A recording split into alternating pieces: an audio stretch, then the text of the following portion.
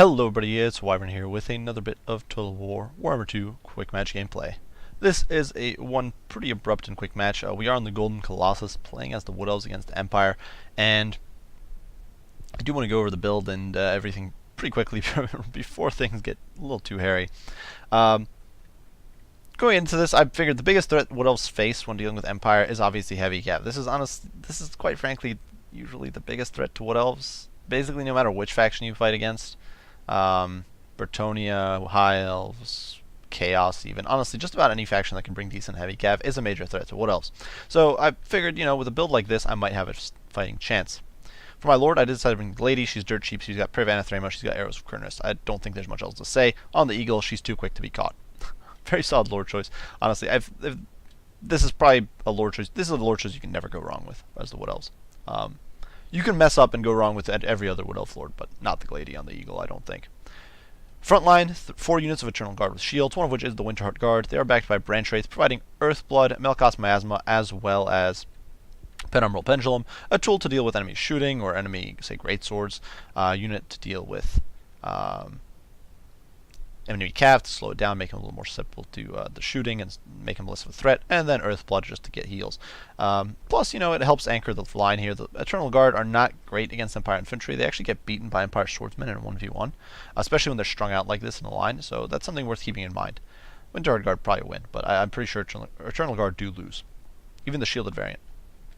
On one flank, we do have Wild Riders with shields as well as Sisters of the Thorn. These guys are mostly there as a support tool, and I kind of assumed my opponent would deploy in a formation like this. Instead, my opponent caught me a little off guard with his deployment like this. But I didn't want these guys, too far forward, but I wanted them to be in a position where they could quickly threaten, quickly flex where they were needed. Sisters of the Thorn, of course, have some great debuffs with Prevana Threma, once again another slow, and Shield of Thorns, which can help against missiles.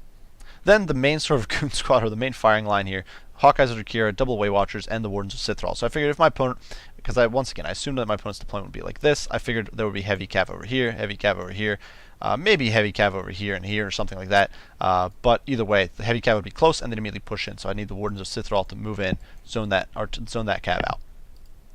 And I figured, with the combined Way Watcher fire, we should be able to put some early damage into my opponent, bait him into a push, and hopefully get some early kills on my opponent's heavy cav prematurely before he managed to blob all of his cavalry up and push in. For my opponent's build, a little bit of an interesting choice. 4 Flagellants. These guys are great against Wood Elf infantry, but they're terrible against Wood Elf shooting, so I don't think they're that great of a choice here. Definitely not as a main line. But of course, they are unbreakable, and they're unbreakable. There's not much else to say. And they do beat that Wood Elf infantry. So odd to put them this way in the front rather than putting the Spearmen with shields in the front, which I think would have been a better investment. But these guys will be able to sort of push in, zone off, and pressure my infantry pretty quickly.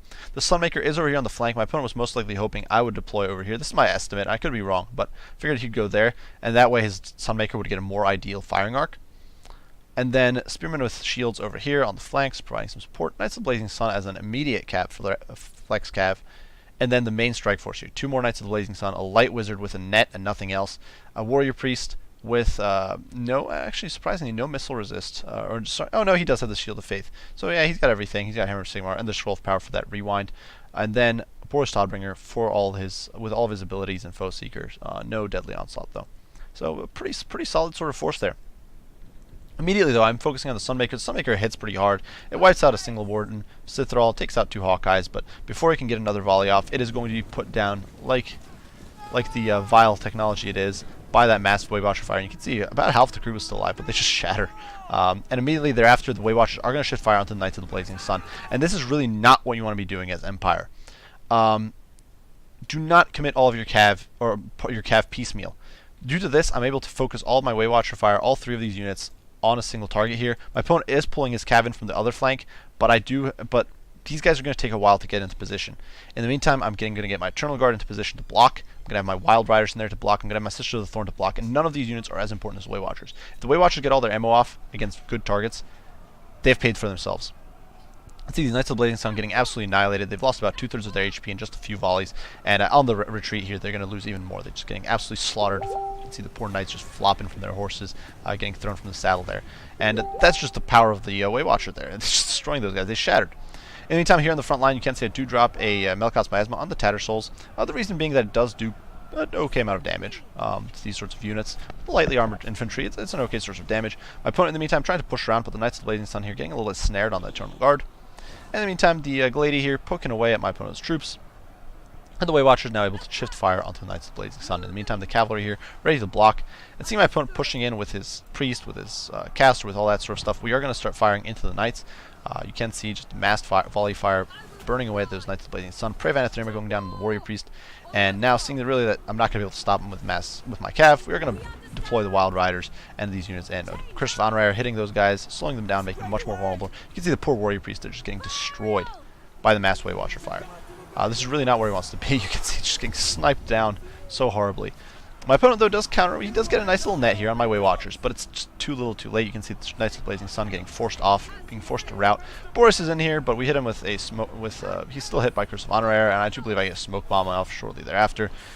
And at this point, it's basically just a game. My opponent does still have some spears that he's pulling in. He still has a handful of Knights of the Blazing Sun here, about half the models left.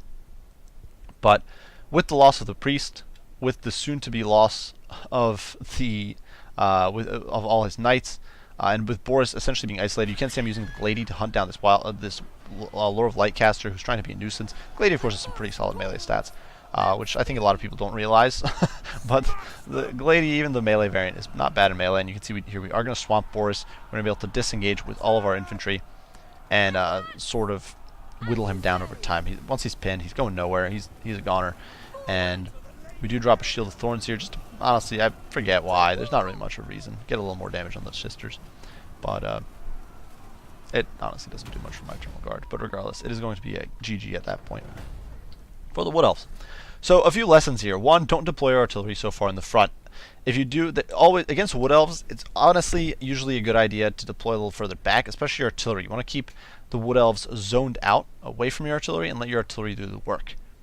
Bringing a cheaper chaff-heavy army with, say, spearmen with shields is not a bad idea. Swordsmen with shields are a very good choice against Wood Elves. And some heavy cav in reserve to zone out the Wood Elf troops is never a bad idea. If you're worried about your opponent going infantry heavy, bring a handful of greatswords.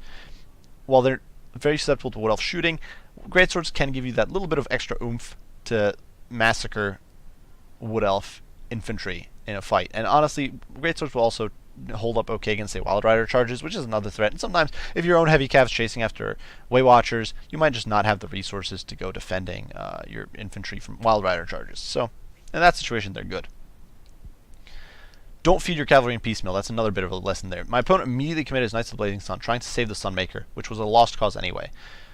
Because of that, he lost the unit of Knights of the Blazing Sun, who never made it into contact. I think it was these guys.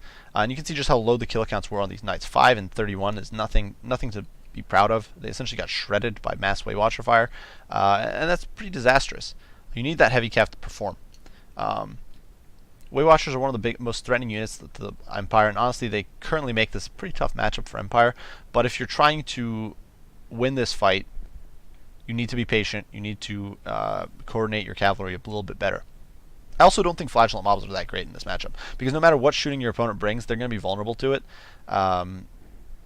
If you want them as a reserve force in the place of, say, greatswords, they can do okay, but they're just so susceptible to shooting. I'm just not a big fan of them in this matchup. I don't think they're that good, especially because they're pretty expensive. I think you'd be better off with just a mob of swordsmen, spearmen with shields, that sort of stuff. As far as my build, I'm definitely pretty pleased with it. The Wardens of Sith are all just holding their own, 101 kills there. They didn't really fight the cavalry I was expecting them to, but they're basically uber Eternal Guard, that Vanguards. They're a pretty awesome unit. I think they're great.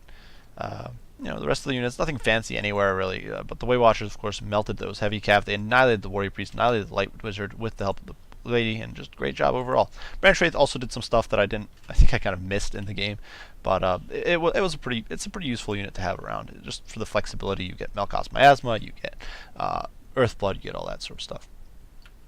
So nonetheless, good game to my opponent. I do hope you guys enjoyed the video. If you did, be sure to leave a like and subscribe down below. If you have any comments, any criticism, any questions, anything like that, be sure to share them, and I will respond as soon as I can. As usual, guys, I do appreciate watching, and I will see you all in the next one. Bye for now.